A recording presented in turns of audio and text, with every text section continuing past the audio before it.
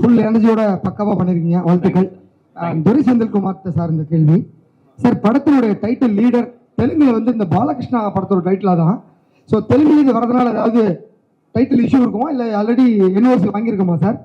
Check check sir. வணக்கம் sir. Sir leader title வந்து அவரோட டைட்டில் இல்லை சார், அது முன்னாடி வந்த படம் சார். ஏவிஎம் ராணா சார் நடிச்சிருப்பாங்க, ஒரு பழைய இன்னும் கொஞ்சம் முன்னாடி வந்த படம் சார்.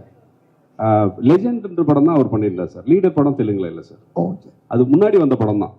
பட் இன்னைக்கு காமனா நம்ம தமிழ்ல அந்த மாதிரி டைட்டில் இல்லை சார், லீடர் டைட்டில் இல்லை. இல்ல தெலுங்குக்கு தான் தெலுங்குலயும் வாங்கிட்டோம், ரெஜிஸ்டர் பண்ணிட்டோம். அது 2003-4ல வந்த படம் சார். அது ராணாவோட ஃபர்ஸ்ட் படம் leader. Legend sir. Yes sir. Ya, இந்த ஃப்ளேவர் ரொம்ப நல்லா இருக்கு. எஸ் சார், எங்க எல்லாத்துக்குமே பிடிச்சிருக்கு. ரொம்ப சந்தோஷம், வாழ்த்துக்கள். தேங்க்யூ. அண்ட் லீடர் அதே டைட்டில் பற்றி தான் கேள்வி. ஆனா என்னன்னா, இப்போ நம்ம ரஜினி சாரை வந்து நம்ம தலைவர்னு சொல்லிட்டே இருக்கிறோம். சரி, அவருக்கு கூட லீடர் அப்படின்ற டைட்டில் வச்சு அவர் படம் பண்ணல. சரிங்க சார். அண்ட் விஜய் இப்போ அரசியலுக்கு வர்றாரு. சரிங்க, அவர் கூட அந்த லீடர் அப்படின்ற டைட்டில் அவருக்கு கிடைக்கல. ஆனா இப்போ நீங்க பேசும்போதே தெளிவா சொன்னீங்க, அரசியலுக்கு இதுக்கும் துளி கூட சம்பந்தமே இல்லை அப்படின்னு. அதனாலதான் டைட்டில் கிடைச்சிருக்குன்னு நினைக்கிறேன். அந்த லீடர் அப்படின்றது உங்களுக்கு கிடைச்சிருக்கு. ஸோ நீங்க லீடர், உண்மையாவே லீடரா இருக்கிறதா இருந்தா யாருக்கு லீடரா இருக்க விரும்புறீங்க? இந்த டைட்டில் கிடைச்சதுக்கு நீங்க எப்படி ஃபீல் பண்றீங்க? டைட்டில் கிடைச்ச சந்தோஷம். என்னோட லீடர் வந்து என்னோட தந்தையார் தான். நாளைய லீடர் யாருன்றதை நான் அப்புறம் சொல்றேன், கொஞ்சம் காலம் ஆகட்டும். வாழ்த்துக்கள் சார். இங்க சார், இப்ப இருக்க ஜெனரேஷன்ல வந்து இப்போ ஒரு கொஸ்டின் இருக்கு சார். சார் இங்க சார், இங்க left side Melvin. Yes sir. Sir, இப்போ இருக்க ஜென்ரேஷனில் வந்து அதான் வந்து ஒரு காமனாகவே இருக்குது, இந்த மாதிரி ரத்தம் இது மாதிரி ரொம்ப ஆக்ஷன்லாம் பார்த்துட்டு தான் இப்போ இருக்க ஜென்ரேஷன் வந்து கெட்டு போகிறாங்கன்னு சொல்லிட்டு. ஸோ சடனாக உங்களே பார்க்குறதுக்கு ரொம்ப எங்களுக்கே பிரம்மாண்டமாக இருக்குது ஸ்க்ரீன். சரி, பட் ஆனால் நீங்கள் எப்படி இந்த கதையை சூஸ் பண்ணீங்க? இப்போ இருக்க ஜென்ரேஷனுக்கு நீங்கள் என்ன சொல்ல விரும்புறீங்க? இல்லை, இது வந்து ஜென்ரேஷனில் வந்து வெறும் இது ஒரு ஆக்ஷனு வெட்டு குத்து அப்படி கிடையாது, பிளட்டு அப்படி கிடையாது. இது வந்து ஒரு எமோஷன் கண்டென்ட்டான ஒரு ஃபிலிமு. நீங்கள் அந்த படம் பார்க்கும்போது தான் தெரியும் இது எந்த அளவுக்கு இது ஒரு எமோஷன் கண்டென்ட்டாக. இது வந்து எவ்ரி ஒன் ஹார்ட், அது வந்து ரொம்ப டச் பண்ணும். அது வந்து அது படம் பார்க்கும்போது கண்டிப்பாக நீங்கள் வந்து அது புரியும். இது வந்து கம்ப்ளீட்டாக இது வந்து நீங்கள் சொன்ன மாதிரி பிளட்டு அந்த ஹிஸ்டரி அது மாதிரி போகாது. எமோஷன் கண்டென்ட்டாக அவர் செய்கிற வேலைகள், அவர் வந்து செல்ஃப் ப்ரொடக்ஷனுக்கு என்னென்ன பண்ண போகிறன்றது தான் இதில் இருக்குது sir. Thank you. Correct sir. Yes sir. Sir, legend sir கிட்ட வந்து கதை சொல்லனாவே வந்து ரொம்ப கஷ்டமான விஷயம். ஏன்னா அவர் எல்லாத்தையும் நோட் பண்ணுவார். ஸோ ஒரு ஆக்ஷன் சீக்வன்ஸ் சொல்லும் போது இது மாதிரி ஒரு ஃபைட் வருது, இது மாதிரி பிளட் எல்லாம் வருதுன்னு சொல்லும் போது அவர் என்ன உங்களுக்கு ரியாக்ஷன் கொடுத்தாரு, என்ன நடந்தது அந்த இடத்துல? சார், நம்ம தனியாக ஃபைட்டை மட்டும் சொல்ல மாட்டோம் சார், ஒரு கதையோட எக்ஸ்டென்ஷனாக தானே சொல்லுவோம்.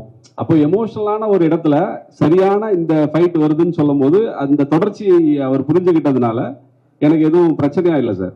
ஏன்னா ஃபைட்டுன்றது தேவையில்லாத வைக்கும் போது தான் அந்த கேள்விகள் வரலாம். ஒரு எமோஷனோட எக்ஸ்டென்ஷனா ஒரு வீட்டில் ஒரு பிரச்சனை, எந்த காரணத்துக்காக சண்டை இருக்கு கதையில அப்படின்னு நம்ம அந்த தொடர்ச்சியோட சொல்லும் போது யாரா இருந்தாலும் அக்செப்ட் பண்ணிப்பாங்கல்ல சார். அப்படிதான் ரிசீவ் பண்ணார் சார். அந்த கேரக்டரா இந்த கேரக்டர் இப்படி பண்ணுது அப்படின்றது மாதிரி தான் உள்வாங்கிக்கிட்டாரு. அதனால எனக்கு அது ஈஸியாக தான் இருந்தது சார் அந்த ப்ராசஸ். சல்மான் கான், ஷாருக் கான் போட்டோஸ் வச்சு பார்த்துருக்குன்னு சொல்லிட்டு சொன்னார். உங்ககிட்ட ஸ்டோரி சொல்லியிருப்பாரு. நீங்க வந்து அவர் எந்த இடத்துல வச்சு பார்க்குறீங்க? யார்? புரியல சார். அவரு அந்த போட்டோ வச்சு சொல்லியிருப்பாரு, நான் வந்து இது மாதிரி ஆக்டர் ஆகணும்னு. சார், நீங்க வந்து ஒரு டைரக்டரா அவர் எந்த இடத்துல வச்சு பார்க்குறீங்க? எந்த இடத்துலயா சார்? நான் என்னன்னா ஒருத்தர் மாதிரி இன்னொருத்தர்ன்றத சொல்ல முடியாது சார். தனிப்பட்ட சார், இப்ப லெஜெண்ட் சரவணன் சார்ன்றதுக்கு ஒரு கதைக்கான ஒரு ஹீரோ, அப்படிதான் நான் அவரை தனியா ஒருத்தரா பாக்குறேன் சார். இப்ப இன்னொருத்தரோட அவரோட இன்னொன்னு அப்படின்ற மாதிரி நான் அவரை பார்க்கல சார், தனியா பாக்குறேன் சார். அப்படிதான் சொல்றேன். லெஜெண்ட் சாருக்கு இந்த கேள்வி. Yes sir. லெஜெண்ட் படத்துல கிளீன் ஷேவோட நடிச்சீங்க, தாடி மீசையோட ஒரு கெட்டப். தனிப்பட்ட முறையில கேட்டா அந்த கெட்டப்போட இது வந்து சூப்பரா இருக்கு. தேங்க்யூ. உங்களுக்கு எந்த கெட்டப் பிடித்தமானதா இருக்கு? இல்லை, ஆக்சுவலி நான் வந்து அதை வந்து ஒரு வேற ஒரு ஃப்ளேவரில் அதை கொடுக்கணும்னு நினச்சேன். அது சம்திங் அதில் வந்து சில டெக்னிக்கல் இஷ்யூ இருந்தது. இப்போ இது வந்து எல்லாருக்கும் பிடிச்சிருக்குறாங்க. ஸோ இதை வந்து நீங்களே சொல்லுங்க, வலைப்பேச்சில் நீங்களே சொன்னீங்க கொஞ்சம் தாடி மீசை வச்சா நல்லா இருக்குன்னு சொன்னீங்க. வச்சுட்டேன், அவ்வளோதான், விடுங்க. Yes sir. எஸ் லெஜெண்ட் ஆக்சுவலா இந்த இது வந்து கொஞ்ச நாளுக்கு முன்னாடி பரபரப்பா இருந்தது, ஜனநாயகன். ஸோ அதுலேயும் விஜய் சாரும் குழந்தையும் தான் வரும். இதுலேயும் குழந்தையும் நீங்களும் தான் காட்டியிருக்காங்க, ஹீரோயினை காட்டவே இல்லை. ஸோ ஜனநாயகன் வைக்கிறதுக்கு பதில் லீடர்னு வச்சிருக்காங்களா நேமு? ஏன்ட்ட கேட்குறீங்களா? பெருமே செய்துதான். இல்லை அது வேற ஸ்டோரி சார், இது கம்ப்ளீட்டாக வேற ஸ்டோரி. அதனோட ஸ்டோரி டோட்டலாக அது நானும் கேள்விப்பட்டேன். அதனோட ஸ்டோரி லைனே டோட்டலாக வேற. இது ஒரு வருஷத்துக்கு முன்னாடி நடந்த ப்ராசஸ் சார். இந்த டைட்டில் இல்லாம இப்பதான் உங்களுக்கு தெரியும் ஜனநாயகன், எங்களுக்கு இப்பதான் தெரியும். நாங்க லீடர்ன்றத 1.5 வருஷத்துக்கு முன்னாடியே ப்ராசஸ் பண்ணி வச்சுட்டோம் சார். அவங்க என்ன கதை பண்றாங்கன்னு எங்களுக்கு தெரியாது. ஸோ அதனால இது ஒரு டிஃபரெண்டான படம் சார். இது வந்து டோட்டலா இதனோட ஜர்னியே வேற சார். இது வந்து new fresh. Yes sir. Sir அவரு விஜய் சார் வந்து அரசியலுக்கு போயிட்டாரு, அஜித் சார் சினிமா விட்டு ரேசிங்க்கு வந்துட்டாரு, அவரும் சில படம் நம்புறாரு. அந்த கேப்ல இப்போ வந்து எல்லாருமே லெஜெண்ட் வந்திருக்காருன்னு சொல்லிட்டு இருக்காங்க. இதை எப்படி பாக்குறீங்க? இல்லை, நான் அதான் நான் சொன்ன மாதிரி எதுலையுமே ஒரு முழு முயற்சியோட இறங்குவேன். அதே போல தான் இதில் இறங்கியிருக்கோம், அதை செயல்படுத்தியிருக்கோம். அதை வந்து ஜனங்களுக்கு பிடிக்குன்ற நம்பிக்கையோடு நாங்கள் செயல்பட்டு இருக்கோம் சார். பரத் லெஜண்ட் சார், நீங்கள் சார் இங்கே எஸ் சார். எஸ் சொல்லுங்கள் சார். எஸ் ஒரு படம் முடிச்சுட்டு அடுத்த படம் ஒரு பெரிய கேப்புக்கு அப்புறம் திருப்பி பண்ணுறீங்க. Yes sir. அது உங்களை தயார்படுத்திக்கிட்ட விதம் ஏன்னா நிறைய விமர்சனங்கள் வந்திருக்கும். முதல் படம் முடிச்சப்போ பாசிட்டிவும் இருக்கு, நெகட்டிவும் நீங்கள் சந்திச்சிருப்பீங்க நிறையா. ஸோ உங்களை தொழில் முறையில் நான் இவ்வளோ பர்ஃபெக்டாக நான் ப்ரிப்பேர் பண்ணிக்கிறேன், உங்களை நீங்கள் பாலிஷ் பண்ணிக்கிட்டது என்னென்ன விதம், என்னென்ன கற்றுக்கிட்டீங்க? இல்லை, அதில் வந்து பார்த்தீங்கன்னா எப்போவுமே ஒரு புதுசாக ஒரு இடத்துக்கு ஒருத்தர் வரும்போது விமர்சனங்கள் வர. இப்போ ஸ்டார்டிங்கில் பார்த்தீங்கன்னா ரஜினி சாருக்கு வராத விமர்சனங்கள் யாருக்குமே வர்றது இல்லை. ஸோ விமர்சனங்கள் வந்து வந்தாலும் நம்ம வந்து ஒரு நம்பிக்கையோட நம்மளுக்கு ஒரு இலக்கு தெரியும், அந்த இலக்கை நோக்கி நம்ம பயணிக்கும் போது நம்ம கிளியராக மைண்டு அதை நோக்கி பயணிக்கும் போது அது வெற்றி கிடைக்கும் போது அந்த விமர்சனங்கள் அப்படி பாசிட்டிவாக மாறிடும். இதுதான் என்னுடைய கொள்கை sir. Legend sir. Yes sir. First படமும் உங்களுக்கு எள்ளு, இந்த படமும் ஃபர்ஸ்ட் அது தானா அமைஞ்சதுங்க. தானா அமைஞ்சது, அது ஒன்றும் பிளான் பண்ணல, தானா அமைஞ்சது. இல்ல அஜித் சார் வீடியோ ஸ்டார்ட் பண்ணுவாரு. இல்லை அப்படிலாம் இல்லை, அதை தானா அமைஞ்சது சார். இது எதுவும் ப்ராக்டிஸ் இது பண்ணல. Yes sir. Next sir. Frame sir. Frame கொஞ்சம் சார். சரிங்க சார், சோஷியல் மீடியாவில் பொதுவாக வந்து நிறைய மீம்ஸ்கள் வரும். சரிங்க. ஸோ உங்களை பற்றியான நிறைய மீம்ஸ்கள் வந்திருக்கு, நீங்கள் அதை பார்த்துருக்கீங்களா? இல்லை, அதை பாதர் பண்ணுறதில்ல. ஏன்னா எனக்கு தெரியும், என்னுடைய இலக்கு எனக்கு தெரியும். அதனால் அதை பெருசாக நான் பாதர் பண்ணுறதில்ல. நான் என்ன இலக்கை நோக்கி பயணிச்சுட்டே இருப்பேன். ஸோ அந்த இலக்கை அடையும் போது ஆட்டோமேட்டிக்காக அது வந்து அப்போ புரியும். அது வந்து வாட் இஸ் நான் என்ன நினைக்கிறேன், நான் என்ன செஞ்சேன்றது எனக்கு புரியும். That's all. அவங்களுக்கு என்ன சொல்ல விரும்புறீங்க நீங்கள், இந்த மீம்ஸ் கிரியேட்டர்களுக்கு என்ன சொல்ல விரும்புறீங்க? இல்லை, இன்னைக்கு வந்து அது ஒரு காமனான ஒரு இதாக இருக்குது. எல்லாருமே அதை செய்கிறாங்க. இன்னைக்கு வந்து அது அது தவிர்க்கவே முடியாது. இன்னைக்கு வந்து எல்லாரையும் விமர்சனத்துக்குள்ளாராங்க. அதாவது மிகப்பெரிய தலைவர்கள்லேருந்து கடவுள்லேருந்து எல்லாரையும் விமர்சனம் பண்ணுறாங்க. அதை நம்ம பெருசுப்படுத்தி பார்க்கணும் அவசியம் கிடையாது. நம்ம என்ன செய்கிறோன்றது தான் ரொம்ப முக்கியம் சார். சார் இங்கே எஸ் சார். சார், இப்போ நீங்கள் பெரிய பிஸ்னஸ் மேன் தமிழ்நாட்டிலேயே. Yes sir. ஆனால் வந்து பெரிய ஹீரோவாக வந்து உருவெடுத்து வர்றீங்க.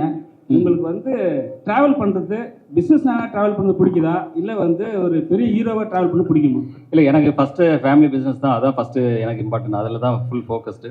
இது வந்து எனக்கு ஃபேஷன். எனக்கு வந்து சின்ன வயசில் நான் சொன்னேன், ஆல்ரெடி இப்போ சொன்னேன், சின்ன வயசுலேருந்து ஆர்வம் அதிகம். ஸோ அதனால் இந்த துறைக்கு வந்தேன். அதில் என்னால் செயல்பட்டு என்னால் அதை சக்ஸஸ் பண்ண முடியுன்ற நம்பிக்கையோடு தான் இதை நான் செயல்பட்டு இருக்கேங்க. சரி, அப்புறம் வந்து எல்லாருமே கேட்குற ஒரே விஷயம், சாரோட ஃபோட்டோ மட்டும்தான் சரணா ஸ்டோரில் இருக்குது, மற்ற ஆக்டரோட போட்டோஸ் யாரும் வர மாட்டாங்கன்னு சொல்லிட்டு இருக்குது. நான் கூட பார்த்துருக்கேன். அப்படி அதெல்லாம் உண்மை. இதுக்கப்புறம் இந்த படத்துல எல்லாரோட ஆபீஸோட போட்டோவும் இல்ல கண்டிப்பா வரும். இப்போ இது வந்து ஒன்லி கிளீன்ஸ் இப்பதான் ஆரம்பம். இன்னும் வந்து ஆடியோ ஃபங்க்ஷன் இருக்கு, அடுத்தது இன்னும் டீசர் இருக்கு, அடுத்தது எல்லாத்துலயும் வரும். கண்டிப்பா வருங்க. எல்லாருமே அதுல பங்களிப்பு இருக்கு. எல்லாருடைய பங்களிப்பும் காட்டும். மணி சார் வணக்கம். மணி இங்க இருக்கேன். This question is to the டைரக்டருக்கான கேள்வி. சார், இந்த படத்தினுடைய பட்ஜெட், இது வந்து this comes from a very powerful production house. அதனால ஆப்வியஸ்லி வந்து பட்ஜெட்டினுடைய டீடைல்ஸ் எங்களுக்கு சொன்னீங்கன்னா நல்லா இருக்கும். அண்ட் இதுக்கு ஷூட் பண்ண எடுத்துக்கிட்ட டியூரேஷன், எங்கெல்லாம் ஷூட் பண்ணியிருக்கீங்க, படத்துல சொல்ல வர மெசேஜ் ஏதாவது இருக்கா, அதை பற்றியும் சொன்னீங்கன்னா நல்லா இருக்கும். சார். சார், அரௌண்ட் எனக்கு எக்ஸாக்டா தெரியல சார். பட்ஜெட் வந்து சாருக்கு தான் தெரியும். நான் என்ன கேட்டனோ எல்லாமே பண்ணி கொடுத்தாருன்றதான் எனக்கு தெரியும். அதை தாண்டி அவர் எதையும் கேட்கவும் அலோவ் பண்ணல. இந்த படம் வந்து தூத்துக்குடியில் பண்ணியிருக்கோம் சார். ஜார்ஜியாவில் ஒரு 15 days ஃபாரின் ஷூட் பண்ணியிருக்கோம். ராஜஸ்தானில் ஷூட் பண்ணியிருக்கோம். ஊட்டியில் ஷூட் பண்ணியிருக்கோம். இப்படி பல இடங்கள் பண்ணியிருக்கோம் சார். ஒரு 90 days, அரௌண்ட் 90 days கிட்ட ஷூட்டிங் போச்சு சார். 97 ஒரு 7 நாள் ஒரு வேற ஒரு டேஸ் தான் 97. கிட்டத்தட்ட எல்லாமே 1.5 கால் ஷீட் இருக்கு. பார்த்தீங்கன்னா 150 நாள் மைண்டில் வச்சிருங்க. ஸோ அப்போ எவ்வளோ பெரிய படம். ஆனால் அதை கிறிஸ்பாக அதை வந்து 2 hours 20 minutes 15 minutes. அப்போ அந்த அளவுக்கு அதை கிறிஸ்பாக எப்படி கொண்டு வந்திருக்காருன்னு பாருங்க. அப்போ அது அதனுடைய அந்த அளவுக்கு அவர் வந்து மெனக்கெட்டு இருக்காரு. சார், 3 பேருக்கும் சார் இங்கே சார் ஜிப்ரான் சார், ஃபர்ஸ்ட் இந்த படத்துல நீங்க சந்திச்ச டிஃபிகல்டிஸ் எதனா இருக்கா? டிஃபிகல்டிஸ் மியூசிக்கெலாம் எனக்கு நிறையா சேலஞ்சஸ் இருந்துச்சு. என்னென்னா படம் என்னதான் பார்த்தீங்கன்னா ஒரு ஸ்கேலில் ஆரம்பிக்கும். ஒரு சார் அப்போது சொன்ன மாதிரி ஒரு ஃபேமிலிக்குள்ளே ஒரு அப்பாக்கும் குழந்தைக்குமா ஆரம்பிக்கும். தென் அது வந்து ரொம்ப பெருசாகிக்கிட்டே இருக்கும். பட் மியூசிக்கல்லி ஃபஸ்ட் பாயிண்ட்லேருந்து லாஸ்ட் பாயிண்ட் வரைக்கும் எல்லாமே கனெக்டடாக இருக்கும். ஸ்க்ரீன் பிளே வந்து I mean hats off to the director. So அதை இமோஷனல் கண்டென்ட்டும் இருக்கும். அதே இமோஷனல் கண்டென்ட் ஒரு லார்ஜர் ஸ்கேலில் இப்போது ஒரு ஆக்ஷன் சீக்வன்ஸ்லேயோ ஒரு ஸோ அந்த டிரான்ஸ்ஃபர்மேஷன் மியூசிக்கல்லி பண்ணுங்கிறது எனக்கு மியூசிக்கல்லி கொஞ்சம் சேலஞ்சிங்காக இருந்த ஒரு விஷயம். அண்ட் அப்புறம் இன்னொரு விஷயம், வேறு டைரக்டரோட பிகாஸ் அவரோட ரொம்ப கிளாரிட்டியாக இருந்தார். இது வேணும், எனக்கு இந்த ஆப்ஷன்ஸ் போகிறது, இது இப்படி இருக்கலாம், இல்லை எனக்கு கொஞ்சம் டைம் கொடுங்க, நான் ஃபஸ்ட்டு ஒன்று ஓகே பண்ணிட்டு செகண்ட் ஒன்று ஓகே பண்ணுறது, இன்னும் அந்த மாதிரி எனக்கு கன்ஃபியூஷன்ஸ் இல்லை. ஸோ அதனால் எனக்கு இது எனக்கு ரொம்ப ஹெல்ப்ஃபுல்லாக இருந்துச்சு இந்த பாட்டு நான் சொல்லுவேன். சரவணன் சார், உங்களுக்கு சார். Yes sir. சார் உங்களுக்கு இந்த படத்துக்கான டிஃபிகல்ட்டிஸ் எதனா இருக்கா? இல்லை, எனக்கு டிஃபிகல்ட்டுன்னு பார்த்தீங்கன்னா நம்ம விடிவி கணேஷ் சார் தான். ஏன்னா அவர் கூட நடிக்கிறதுன்றது எனக்கு அதான் மிகப்பெரிய சவாலாக இருந்தது இந்த படத்தில். ஆனால் சார் வந்து என்ன பண்ணிட்டாரு, படத்தோடைய மூடு மாறிடுன்னு சொல்லி நிறைய சென்சார் போட்டு எல்லாத்தையும் தூக்கிட்டாரு நிறைய விஷயங்களை. ஸோ எனக்கு ரொம்ப கஷ்டமாக இருந்து நான் வேலை பார்த்தது நம்ம விடிவி கணேஷ் சார் தான். அவர் தான் தேங்க்ஸ் சொல்லணும். சார் நீங்களும் சொல்லுங்க சார், உங்களுக்கான டிஃபிகல்ட்ஸ் இந்த படத்தில் என்னென்ன? இல்லை சார், எனக்கு அப்படி எதுவும் இல்லை சார். நான் ஒவ்வொரு என்ன சொல்றது, நம்ம ஒரு சீனை ஒவ்வொரு நாளும் எப்படி எடுக்க போறோன்ற ஒரு இதோட தான் ட்ரீமோட தான் ஒவ்வொரு டைரக்டரும் செட்டுக்கு போவோம். அது கரெக்டாக முடிஞ்சுதான்றதை ஈவினிங் டபுள் செக் பண்ணுவோம். அப்படிதான் நான் இந்த ப்ராசஸை பார்த்தேன், அப்படிதான் இதுக்குள்ள இருந்தேன். எனக்கு தனியாக அப்படி எதுவும் கஷ்டமா எதுவும் தெரியல சார் இந்த படத்துல. இன்னும் சொல்ல போனா எனக்கு சில படங்கள்ல நம்ம ப்ரொடியூசரை சில விஷயங்கள் கன்வின்ஸ் பண்ண வேண்டியிருக்கும். இந்த படத்துல நான் என்ன நினைக்கிறேனோ அது எல்லாத்தையும் பண்ண முடிஞ்சதுனால எனக்கு கொஞ்சம் ஈஸியாக தான் இருந்தது இந்த படம் பண்றது, மற்ற என்னோட படங்களை விட. அப்படிதான் நான் சொல்லணும் சார். முடிச்சுட்டு வரட்டும். அதாவது சினிமா சார்ந்த விழாக்களுக்கு வந்து சினிமா சார்ந்த பிரபலம் வச்சு தான் ஆடியோ ஃபங்க்ஷனோ டீச்சர் எல்லாம் வெளியிடுவாங்க. ஆனா நீங்க விக்ரமராஜா சார் வச்சு பண்ணிருக்கீங்க, அது காரணம் என்ன? இல்லை, அவர் என்னுடைய நண்பர், நீண்டகால நண்பர். அதாவது இன்னைக்கு வியாபாரத்துறையில் என்னுடைய துறையிலே அவர் இருக்கிறாரு, அதை சார்ந்த மக்கள் அவர் கூட இருக்காங்க. ஸோ அந்த நட்பு ரீதியாக நான் வந்து அவரை என் கூட இணைச்சிக்கிட்டேன். அந்த நட்பு இன்னைக்கு இல்லை, இன்னைக்கு ரொம்ப சிறு வயசுலேருந்தே இருக்கு. இந்த நட்பு எங்கே தொடரும், இது வந்து அதுக்கு எல்லையே கிடையாது. சார் ஃபஸ்ட்டு வந்து லெஜண்ட் சரவணா பேர் இருந்தது சார். அப்போ வந்து லெஜண்ட் சார்னு கூப்பிட்டுருந்தாங்க. இப்போ லீடர் சரவணான்னு சொல்லிட்டு போடுவாங்க சார் நேமு, இல்லை வந்து கண்டினியூவாக லெஜண்ட் சரவணா தான் வரும்? படத்தோடைய பேர் தான் இல்லை லீடர், என்னுடைய பேர் லெஜண்ட் சரவணன் தான் சார். ஏன்னா ஆக்சுவலி சரவணன் தான் இருந்தது. அப்புறம் அந்த கடை பேர் வரும்போது லெஜெண்ட்னு வரும்போது நிறைய சரவணன் இருந்ததால லெஜெண்ட் சரவணன் அதை கொஞ்சம் மாத்திக்கிட்டோம், அவ்வளவுதான். That's all. லெஜெண்ட் சார் டைரக்டர்ல ஸ்டண்ட் அதிகமா பண்ணுதுன்னு சொன்னாங்க. ஸ்டண்ட் பாக்கும்போது கிளிம்ஸ்லயே காமிச்சீங்க. ஆமா ஆமா. இதுக்காக டைரக்டர் பிராக்டிஸ் அனுப்புனாரா? ஏன்னா இப்போ சமீபத்துல ஆன் ஸ்பாட் பண்றது எல்லாமே ஆன் ஸ்பாட் தான், இறங்கி அடிக்கிறது தான். ஆமா ஆமா. சொல்லுவாரு அவரு, இதுல சொல்லுவாரு தலைவர் யாரு, சன் மாஸ்டர் சொல்லுவாரு, அன்னைக்கு ஆடியோ ஃபங்க்ஷன்ல சொல்லுவாரு. சார் இயக்குனர் சார். Yes sir. இந்த சைடு சார். எங்க சார்? இங்க சார். சார் கருடன் வந்து மிகப்பெரிய வெற்றி உங்களுக்கு. இப்போ வந்து லீடர் பண்ணிருக்கீங்க. தமிழக மக்களுக்கு இந்த படம் வந்து என்ன மாதிரி தாக்கத்தை ஏற்படுத்தும் சார்?